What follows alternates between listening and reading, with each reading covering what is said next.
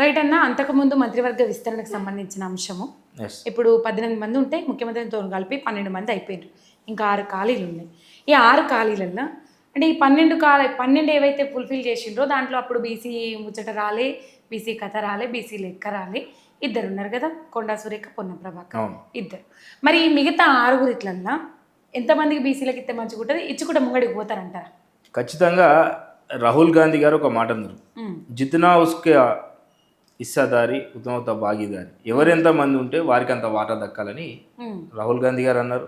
Election ముంగట వీళ్ళు కూడా చెప్పారు, స్వయంగా సోనియా గాంధీ గారు వచ్చి కూడా చెప్పారు. వీళ్ళు కూడా బీసీలు ఎంత శాతం ఉన్నారు. ఇప్పుడు కులగాన్ని ఎందుకు చేసిర్రు? మన లెక్క తెలిసింది. బీసీల లెక్క తెలిసినాక వీరికి కావాల్సింది ఏంది? 56% అని తేలింది కదా. నువ్వు ఇస్తున్న 42% అన్నిట్లలో ఉండాలి కదా.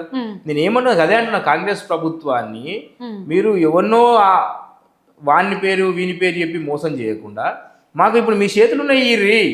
ఇప్పుడు మంత్రివర్గంలో ఉన్నది, ఇంకా 5 మంది మా వాళ్ళకి ఇవ్వాల్సిందే. 5 మందికి ఇవ్వండి. లేరా? ఇప్పుడు మా రాజ్ ఠాకూర్ గారు లేరా? బీర్ లైలయ్య గారు లేరా? ఆది సీనన్న లేడా? లేదా మా ముదిరాజు మహబూబ్ నగర్ అన్న లేడా? ఎంతో మంది ఉన్నారు అక్కడ. రజక సోదరుడు ఎంతో మంది ఉన్నారు. ఇప్పుడు మాకు వాళ్ళకి ఇవ్వాల్సిన ఉద్దేశం క్లియర్గా ఉండాలి తప్ప ఒకటే జిల్లాలో 4 కుటుంబాలు ఏమో ఇన్ని రోజులు కుటుంబ రాజకీయాలు అంటే తెలియదు కానీ ఏమో కుటుంబాలు ఉన్నాయి. ఇలా కుటుంబాలు ఇద్దరికి అన్నదమ్ములకు మంత్రులు కావాలట, ఒకరికేమో, ఇంకోరికేమో భార్యాభర్తలకు మంత్రులు కావాలట, ఇంకోటేమో కొడుకు తండ్రికి మంత్రి కావాలట. ఏంది?